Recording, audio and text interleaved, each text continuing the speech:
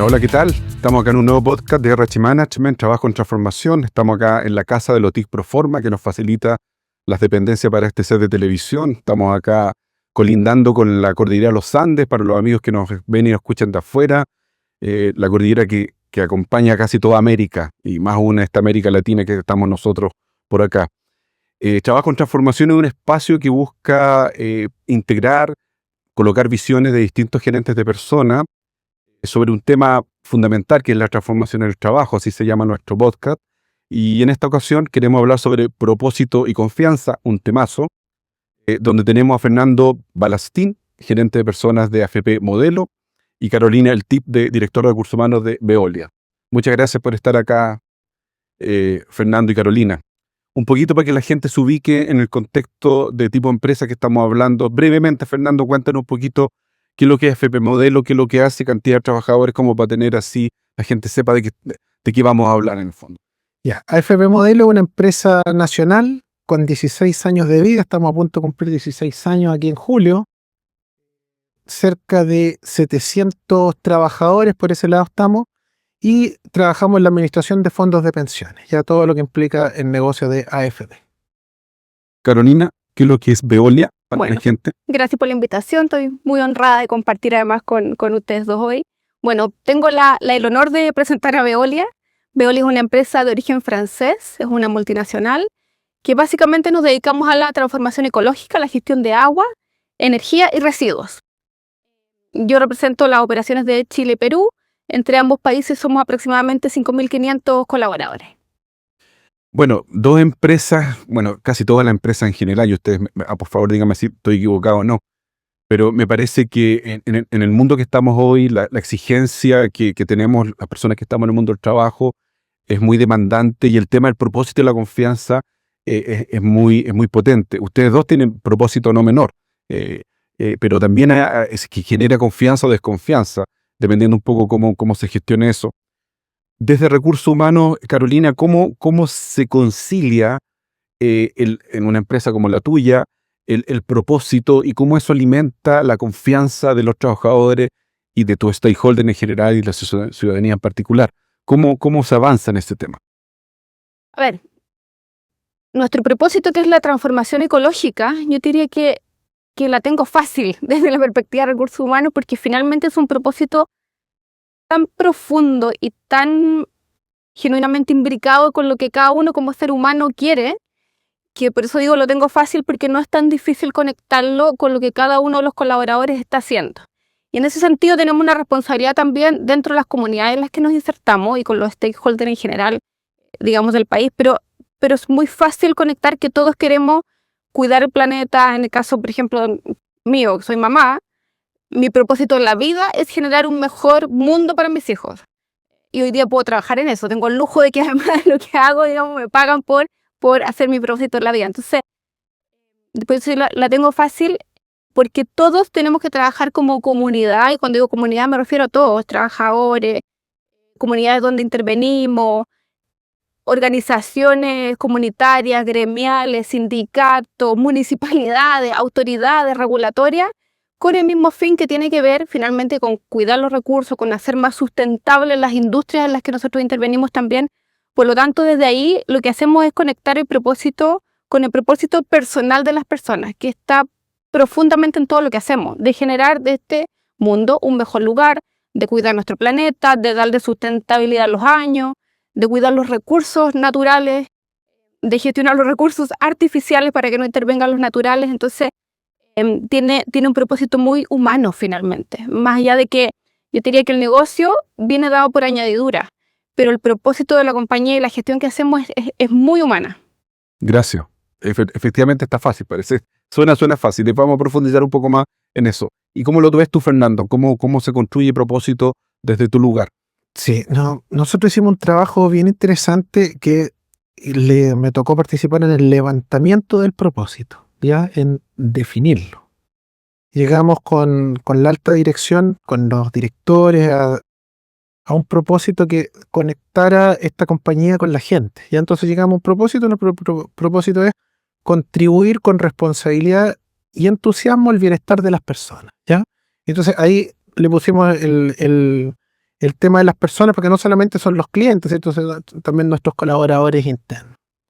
En esa línea hemos ido trabajando a través de los años este tema de, ¿qué es contribuir? ¿Cierto? Que es hacer que las cosas sean más fáciles, que pongamos nuestro esfuerzo, y tienen la responsabilidad y el entusiasmo, que es importante porque estamos en una empresa súper normada, entonces la responsabilidad normativa es súper importante, pero sin perder de vista la actitud positiva y el entusiasmo para el bienestar de las personas. Entonces, en esa línea, en este año, puntualmente este año, y precisamente, y tomando las palabras de Carolina, nosotros estamos trabajando en conectar este propósito con los propósitos personales de las personas, ¿ya? Entonces estamos haciendo un trabajo hoy día de conexión. Estamos levantando también una cuestión bien interesante. Estamos levantando cuáles son los propósitos de cada una de las personas. Y las personas normalmente tienen propósitos familiares, ¿cierto? O algunos quieren viajar a fin de año, tantas cosas. Pero ahí viene el link con nosotros. O sea, cómo hacemos que este propósito grande de la compañía, que es trabajar con nuestros afiliados, con las personas, conecte con las personas. Así que estamos haciendo una campaña bien interesante que estamos partiendo ya este otro mes para darle el otro paso a lo que es el propósito. Así que estamos en boca con esto, con estos temas. Ahora, el propósito es una palabra que se ha manoseado bastante, o sea, se habla mucho. Yo creo que la coherencia y la consistencia creo que es clave en el resultado final del propósito. Carolina, tú dijiste que lo tenías más fácil en ese sentido. Creo que puede haber algo de eso también. Pero ¿por qué el propósito tiene que ser importante para las y los trabajadores? Si es que, por ejemplo, tú puedes tener un propósito muy, muy potente, pero resulta que los salarios que pagas, a lo mejor las personas no alcanzan a llegar a fin de mes. ¿Cómo bajamos el propósito para ser coherente y consistente en ese día a día, en definitiva? Como institución, a lo mejor tú obviamente estás en otro estándar. Cuéntanos un poco eso, cómo se va trabajando en el día a día, porque hay necesidades objetivas y condiciones laborales reales que uno tiene que cumplir. O sea, el propósito, los cafés, los seminarios, yo tengo que pagar colegio, tengo que pagar la salud de mi hijo. ¿Cómo se construye eso? ¿Cómo se es coherente y consistente en eso, Carolina? A ver, yo creo que acá y tocaste un punto súper interesante. Estamos hablando de la consistencia y el propósito, que tú dices, una palabra bien manoseada, un concepto así que se ve súper grande. La magia del asunto está en hacer que esto se ve súper grande, que sea movilizador de las personas. Yo creo que a veces es tan grande que puede ser inmovilizador. Porque se puede ver tan lejos. Me encantó cómo lo definieron ustedes con palabras súper cotidianas, porque te ayuda mucho a acercarlo. Y el tema de la coherencia, para que sea movilizador real, tiene que estar en cada una de las decisiones del día a día. Y en eso los líderes son claves. Una de las cosas que nosotros nos esforzamos todos los días es en siempre preguntarnos para qué sirve lo que hacemos y de ahí tomar las decisiones. Desde las decisiones de políticas salariales, las decisiones de un nuevo negocio, si entramos o no entramos, es este negocio o esta decisión o esta nueva medida, ¿le pega o no le pega a ese propósito? Esa pregunta tiene que estar en todas las decisiones.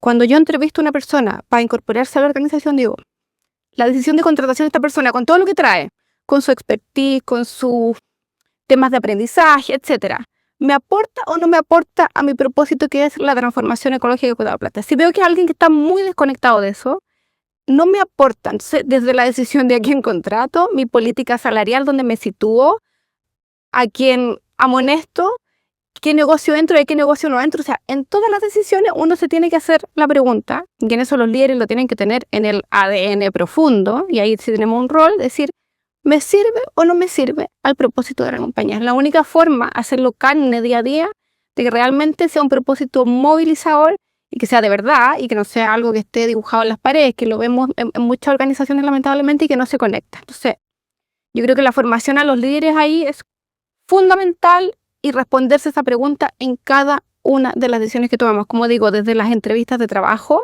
desde donde recluto incluso. Yo tengo un rol social, por ejemplo, el trabajo con la OMIL para mí es súper clave. Y no tiene que ver con que sea una buena fuente de reclutamiento. Tiene que ver con que genero impacto en mis comunidades, donde yo misma intervengo. Entonces, ¿me sirve o no me sirve? Me sirve, perfecto. ¿Le sirve a mi comunidad? Le sirve, perfecto. Gente que probablemente además va a estar mucho más comprometida con esa base de trabajo. Entonces, ¿dónde recluto? ¿A quién entrevisto? ¿A quién le doy feedback? ¿Cómo defino mis remuneraciones? Todas esas condiciones hacen que yo le pegue y haga carne y haga vida y movilizador como canal el propósito en el día a día de la organización. Solo hay un punto, las OMIL, en el caso de Chile, son oficinas que dependen de la municipalidad y dan trabajo. Por eso son muy importantes y lo que dice Carolina está conectado con eso para las personas que nos escuchan y nos ven de afuera. ¿Cómo bajamos, en definitiva, este gran propósito al día a día y ser consistente? ¿Cómo lo ves tú de esa Pero reflexión? cuando lo levantamos, una de las cosas bien importantes que hicimos fue bajarlo a los líderes, ¿ya? Entonces, focalizamos nuestro esfuerzo en generar mucho conexión con los líderes que tenemos en la compañía. Entonces, armamos los grandes temas. O sea, ¿cuáles son los temas? Por ejemplo, le hicimos algunas preguntas importantes en el día a día. ¿Cuáles son los temas que tú haces en tu trabajo? Ya. Después, ¿cuáles son las cosas que más operas todos los días? Hicimos una comparativa y nos salió algo bien interesante. La mayoría de los líderes estaban volcados con la balanza hacia los temas de responsabilidad, cumplimiento normativo, actividad. Entonces, por ese lado, sabíamos que el tema de cumplir con la norma lo tenemos todo insertado en la cabeza ya. Y después, oye, ¿qué hacer con el tema de entusiasmo? Así poquitas cosas. Pero, por ejemplo, a ver, vamos sacando. Saluda a la gente todos los días en la mañana. Oye, propicia espacio de camaradería para que la gente esté bien. Escuchan los problemas de las personas. Mira, sí, en realidad, la gente se fue haciendo más consciente que tienes que balancear esto. O sea, el cumplimiento permanente está bien, ¿cierto? Tenemos normas, tenemos leyes, tenemos oficios que nos llegan, pero también hay un rol tuyo en propiciar que las personas se entusiasmen en hacer tu trabajo. Eso nos generó un cambio bien grande porque empezamos, al vincular a los líderes con este propósito, empezamos a mejorar también los cumplimientos que teníamos, toda la parte de normas, ¿cierto? Sabemos que estábamos bien, pero también las encuestas de clima laboral. Entonces ahí mezclamos las dos cosas del propósito, responsabilidad y entusiasmo en conjunto con el rol del líder. Entonces ahí hemos logrado empezar a aterrizar un poco estas cosas. Como te comentaba, ya vamos a pasar a la segunda etapa, que es la conexión de las personas ya más de base hacia el tema del propósito. Entonces estamos en un proceso de trabajo con esto. Bueno, quiero profundizar un poquito más en la reflexión porque persona trabaja con personas y las personas son distintas y nos toca trabajar harto con las expectativas, ¿ya? O sea, cada industria, cada empresa, cada país, cada cultura tiene expectativas distintas. Y en ese sentido, en empresas como la tuya, Carolina, me imagino que las expectativas también son distintas dependiendo de la generación, dependiendo de la antigüedad, dependiendo del género, si es madre o padre, etc. A algunas personas a lo mejor les interesa la flexibilidad, otras les interesa el bienestar propiamente tal, pero a otras les interesa que le paguen el sueldo y que le paguen un buen sueldo, las lucas en el fondo. ¿Cómo se concilia en el fondo este propósito, toda esta coherencia y consistencia que estamos hablando con esa expectativa? En el fondo, ¿cómo se gestiona y se administra? Además, tú tienes 5.500 trabajadores, son 5.000 seres humanos distintos y no necesariamente todos piensan igual. ¿Cómo se hace eso? Sí, a ver, yo creo que volvemos a algo donde parte y termina todo que tiene que ver con el liderazgo.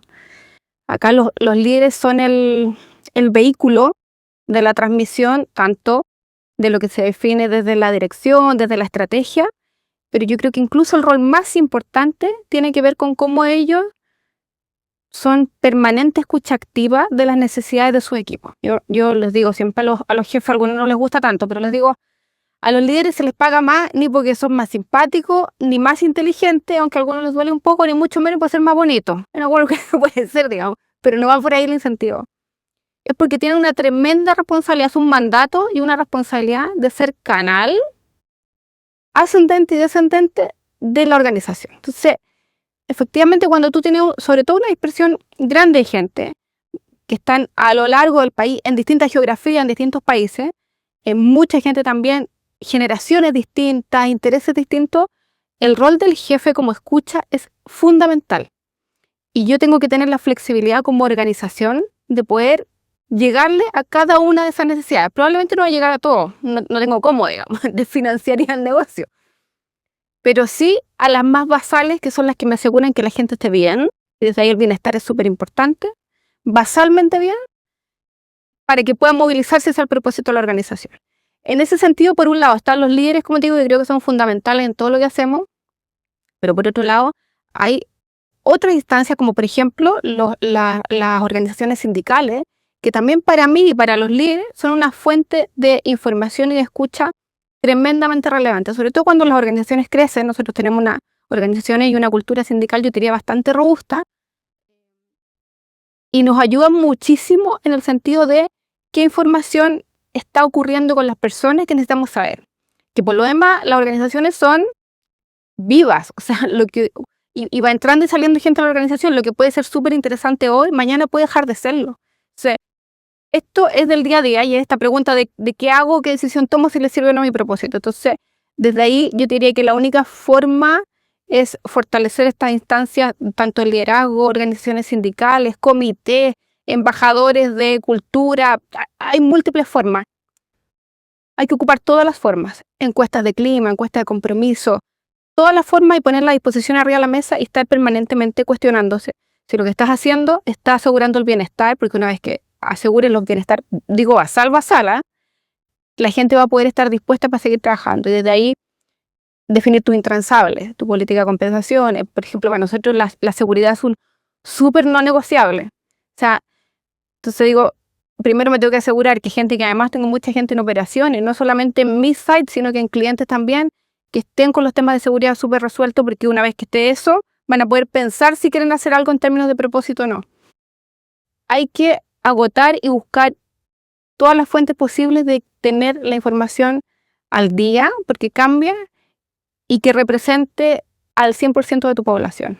Y de ahí, como los recursos son limitados, ver dónde vas a poner tu ficha también. Como digo, esto hay que ser realista. Idealmente tuviéramos enormidad de recursos, enormidad de tiempo, pero jugar tus fichas y tus recursos de la manera más estratégicamente posible, de abordar a toda la gente, y como empresa ser flexible.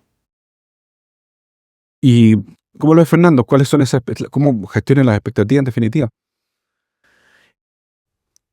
Primero conociendo a las personas, ¿ya? No, para partir con estas bases, nos dimos cuenta, por ejemplo, te voy a dar un ejemplo de algo bien puntual. Nuestra área de servicio al cliente, telefónica, presencial, todo, recibía y recibe hasta el día de hoy mucha violencia. Mucha gente que va a buscar algo y si no lo consigue o si no quiere que pase, lo ataca verbalmente normalmente. Y nos dimos cuenta que teníamos que trabajar con eso. No lo puedo cambiar, aparte que todos los avatares, excepto políticos, también nos afecta. Entonces dijimos, mira, lo de afuera no lo puedo cambiar, no puedo cambiar al cliente enojado, si bien la ley Carini ha ayudado un poco con esto, pero no a 100%. O los cambios de la política no lo podemos cambiar nosotros. Entonces dijimos, mira, conozcamos bien a nuestra gente y hagamos acciones. Por ejemplo, una de las acciones importantes fue un plan de salud mental que tenemos con las personas, que es, primero, antes de hablar de todas las grandes cosas del propósito, oye, primero cuidemos a nuestra gente. Entonces, en esa línea armamos un plan de salud mental bien entretenido que tenemos con las personas, que incluye psicoterapia grupal, algunos masajes, algunas acciones de pausa activa, todas estas cosas que hace que puedes botar toda esa energía mala, ¿ya? Y ahí, en base a eso, ya que las personas ya saben que hay una empresa que está preocupada de ellos de verdad como personas, empezamos a tocar los grandes temas. Por ejemplo, oye, ya el entusiasmo, la responsabilidad, pero ya tenemos cubiertas esas partes. Entonces, con eso nos ha ido bastante bien, conociendo a las personas y a los segmentos, los problemas puntuales que están teniendo, y así operamos en otros lados también resolviendo situaciones que para ellos son dolores. Por lo tanto, y la escucha activa es clave. O sea, en el fondo, el conocer al trabajador tiene que ver con una escucha activa, con gatillar estructuras, sistemas que favorezcan eso, en el fondo. Claro, y ahí linkeo con lo de Carolina, que, oye, encuesta, escucha de tu equipo de personas en terreno, conociendo las cosas que están pasando, tus líderes también conectados para saber lo que está pasando. Entonces, tienes que activar los sistemas todos para que esto te llegue y puedas resolver. Te llega mucho, pero también hay que saber trabajarlo. Porque hay muchas formas de poder, no sé, inteligencia artificial, todo que te ayuda a tomar todas estas cosas y tratar de ordenarlas de una manera más fácil. Así que eso es una de las escuchas activas críticas. Y en esa línea, cuando estamos trabajando en el propósito que nos genera confianza, ¿no es cierto? Construye confianza. ¿Cómo se va construyendo en paralelo el resultado? O sea, ¿hay resultados visibles con tu estrategia, con lo que están haciendo? ¿Hay resultados visibles en el negocio que nos puedes compartir de eso? Sí. Yo, de nuevo, como te decía, yo creo que los resultados de negocio llegan por defecto cuando la gestión y las decisiones están bien tomadas. No en el micro, o sea, tú puedes perder un negocio en el camino. En el macro, creo que el resultado de negocio es solo resultado, digamos, de todas las otras buenas decisiones. Y también ahí las herramientas son interesantes mirarlas. O sea, las encuestas de compromiso, las encuestas de clima te van permitiendo mapear si la gente está más satisfecha o no. Los indicadores de rotación son tremendamente importantes. Yo creo que a veces uno habla de los temas de retención con plata, qué sé yo. Yo creo que el dinero sirve para atraer, no para retener. Yo creo que la principal fuente de atracción efectivamente es una buena oferta económica. La principal, no es la única. La principal fuente de retención son los buenos liderazgos. Cuando tú y los buenos liderazgos resuelven todos los otros problemas que venimos hablando antes, digamos, y te permiten construir una cultura más sólida. Cuando tu rotación empieza a disminuir, creo que es resultado de las buenas decisiones respecto de liderazgo, de gestión, de bienestar. Y cuando tienes gente más capacitada, más comprometida, los resultados de negocio, como te digo, vienen por añadidura, no por ser un genio matemático de hacer unas buenas cuentas.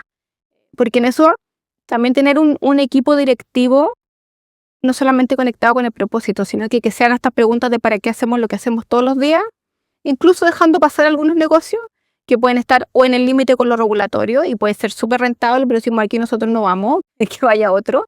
Nosotros vamos a cuidar a nuestra gente de no cometer estos pecados, digamos, regulatorios.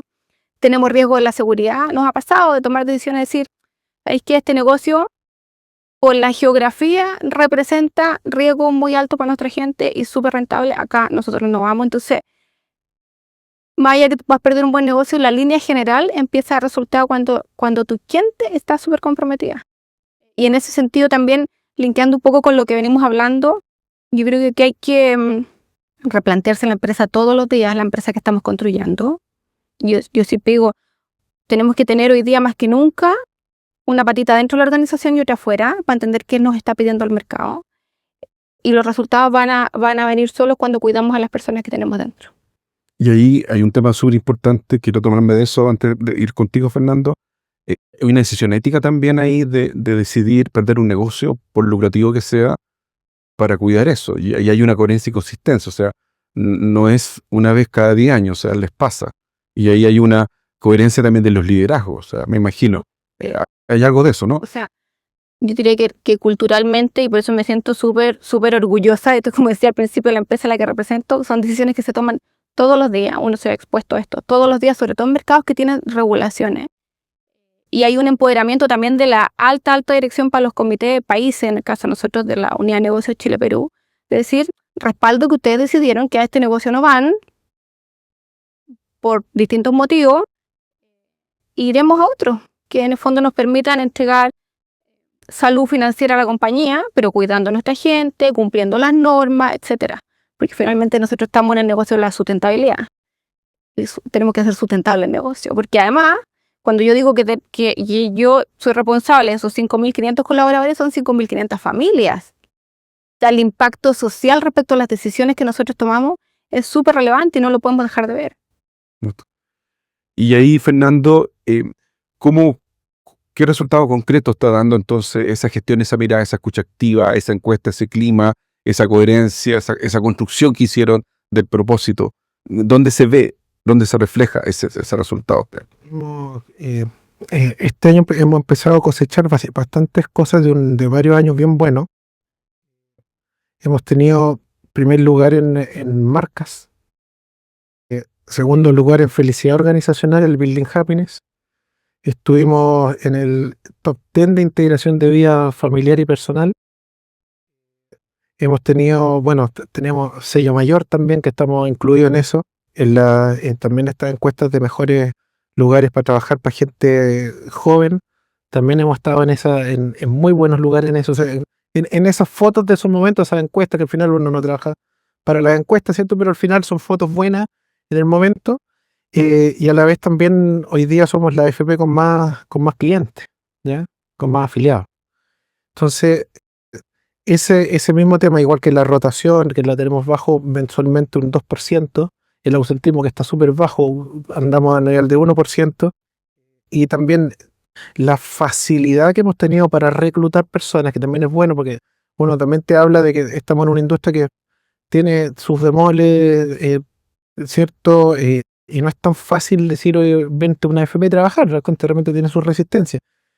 Todo este trabajo ha sido que sea la compañía mucho más atractiva también para la persona que se está incorporando, nos permite también filtrar mejores personas, hacer mejor las cosas, y resultados concretos en esos límites lo hemos visto con esta gestión hacia las personas. Creo que ninguno de estos resultados podría haber salido si no hubiéramos estado bien encima de las personas, de los jefes, de los líderes, y también escuchándolos harto.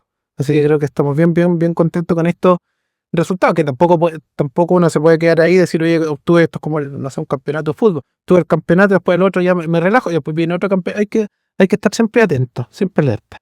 No, yo creo que lo interesante en el caso de Fernando es que tú dijiste que la tenías fácil y tú no la tienes fácil. Es una industria mucho menos sexy, donde